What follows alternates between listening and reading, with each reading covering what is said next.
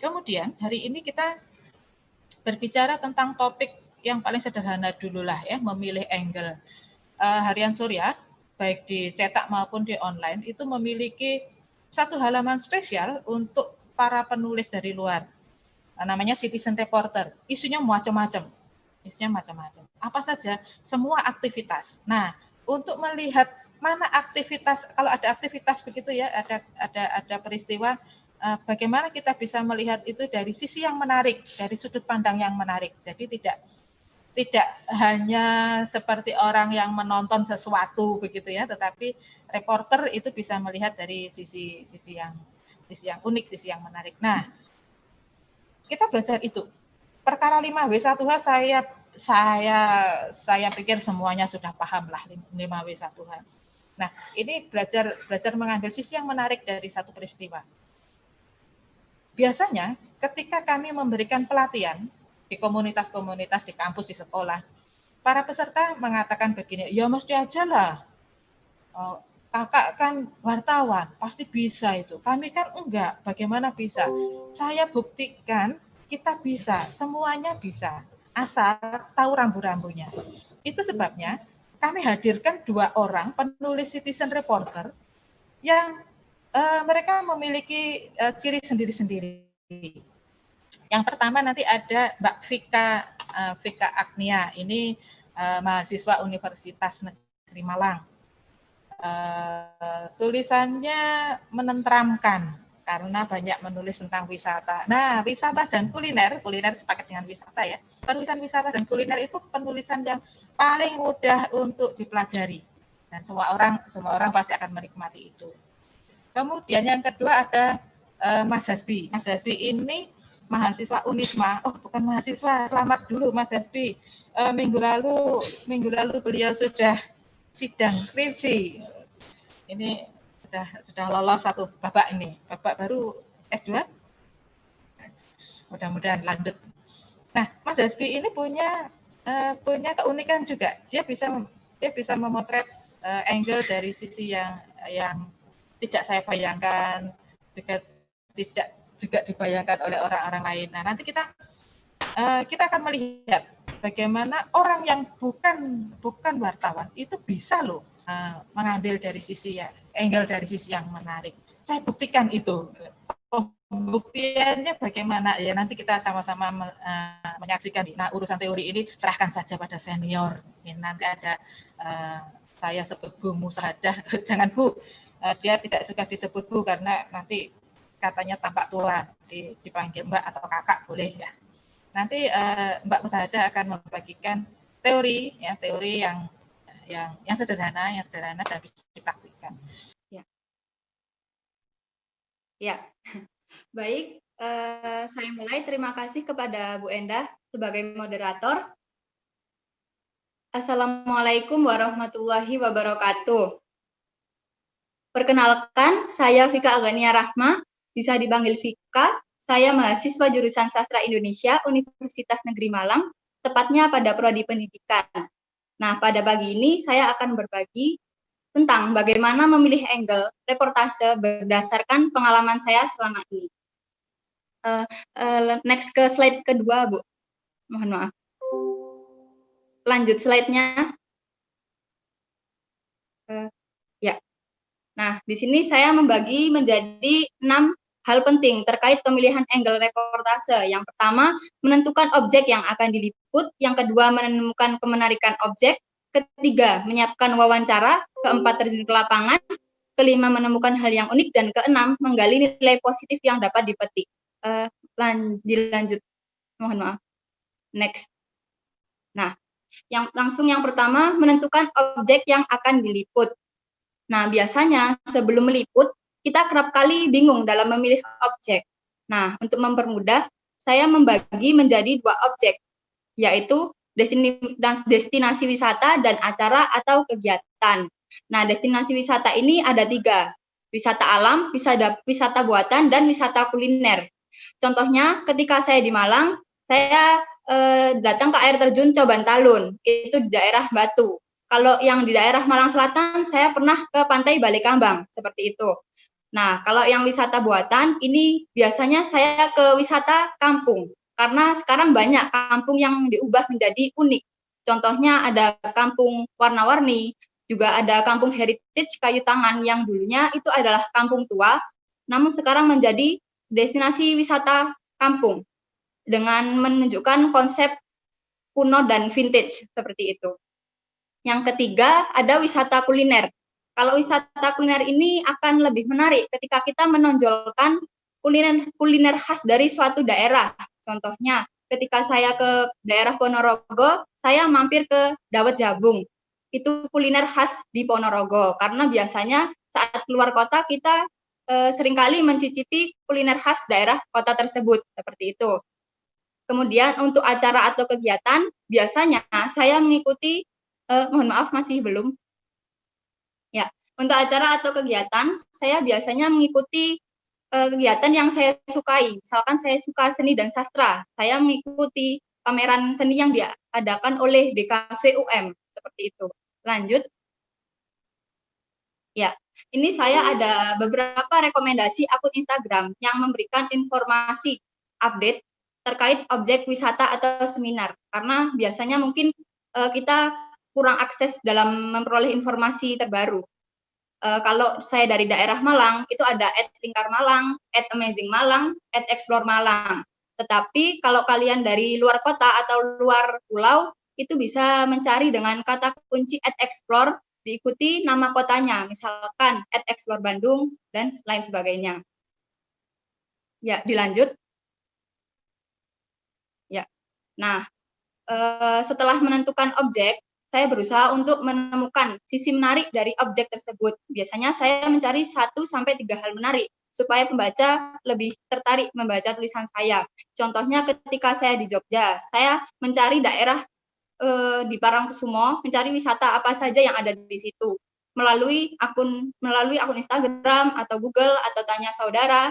Nah, saya menemukan ada 3 objek yang unik, yang lokasinya itu berdekatan, tapi ada dalam satu lokasi, yaitu Taman Bunga Matahari, Gumuk Pasir, dan Pantai Parangkusumo.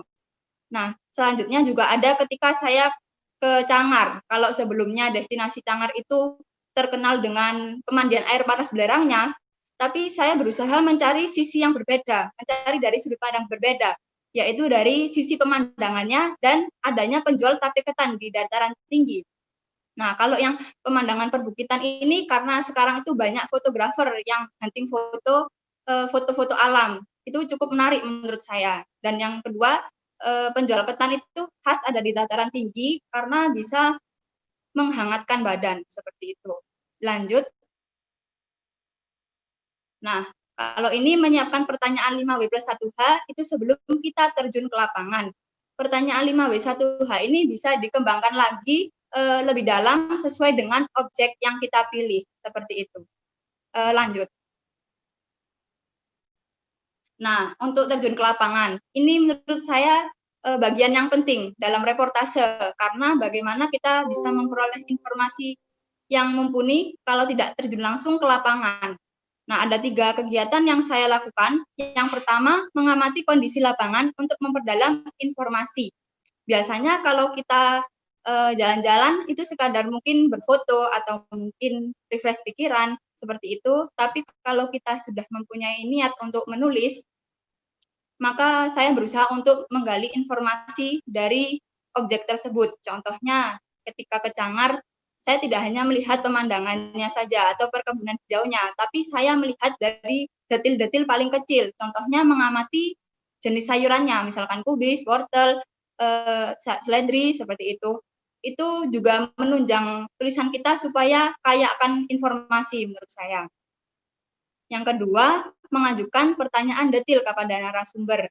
Ini termasuk sesi wawancara ya. Tentunya dengan beberapa tahap, dengan memperkenalkan diri kita kepada narasumber, kemudian meminta izin untuk wawancara, terus bertanya nama narasumber, dan mengajukan pertanyaan yang sudah kita tulis 5W1H tadi. Biasanya saya menulisnya di notes di HP, sehingga ketika wawancara itu bisa saya catat supaya tidak lupa. Nah, saya ada 2 tips terkait wawancara yang berusaha konsisten saya lakukan. Yang pertama, berusaha untuk tersenyum supaya narasumber nyaman ketika berbicara dengan kita. Dan yang kedua, menunjukkan ketertarikan supaya ada timbal balik yang baik dari narasumber, sehingga lebih informatif. Dan yang kedua, mengajukan pertanyaan secara konkret atau tidak berbelit. Ini tujuannya untuk menghindari pertanyaan ganda atau adanya pertanyaan yang sama tapi diulang 2 kali, sehingga nanti narasumber bisa bingung, seperti itu. Dan yang ketiga, melakukan dokumentasi. Nah, melakukan dokumentasi ini mungkin terdengar sederhana, tetapi saya berusaha selalu melakukan dokumentasi karena dengan adanya gambar atau foto, menurut saya bisa menunjang tulisan kita bisa lebih konkret, seperti itu. Saya memotret 3-5 sudut objek yang paling menarik, yang mana objek itu saya tuangkan dalam tulisan, seperti itu. Lanjut. Nah, setelah menemukan, mohon maaf, selanjutnya saya menemukan hal yang unik setelah terjun ke lapangan. Nah, hal yang unik ini bisa ditemukan setelah melakukan wawancara dengan narasumber. Biasanya ada hal-hal yang tidak terduga. Nah, contohnya ketika saya ke Ponorogo, saya ke kuliner dawet jabung, itu ada satu hal yang sangat menarik menurut saya, bahwa ketika pembeli membeli dawet dan saat penjual menyuguhkan dawet, semangkuk dawet dan lepeknya kepada pembeli, itu pembeli tidak boleh mengambil lepeknya, tetapi hanya boleh mengambil mangkuknya saja. Karena ketika pembeli mengambil lepeknya, itu bisa menandakan kalau pembeli itu suka kepada penjualnya. Menurut saya ini sangat unik, karena ini termasuk tradisi yang sudah turun-menurun dan tetap terjaga sampai sekarang. Seperti itu. Lanjut.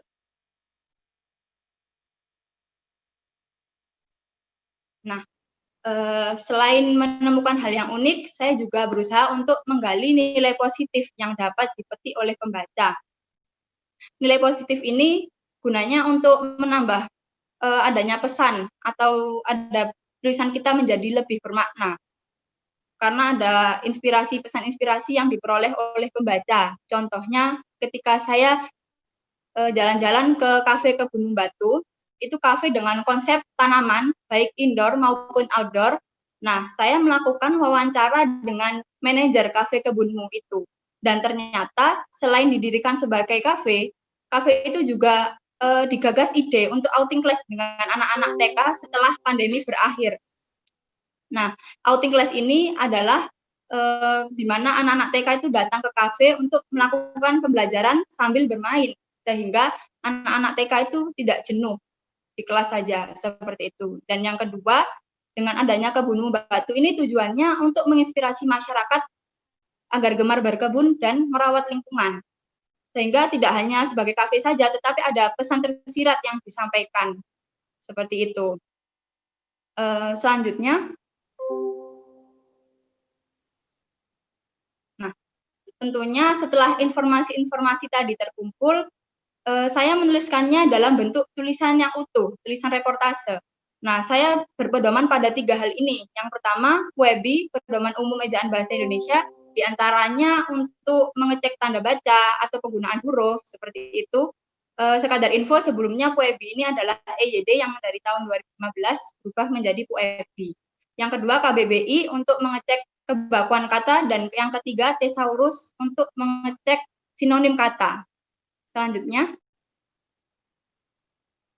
nah, saya ada beberapa tips terkait kepenulisan. Yang pertama, mengumpulkan niat dan ketertarikan untuk menulis dan mencari berita.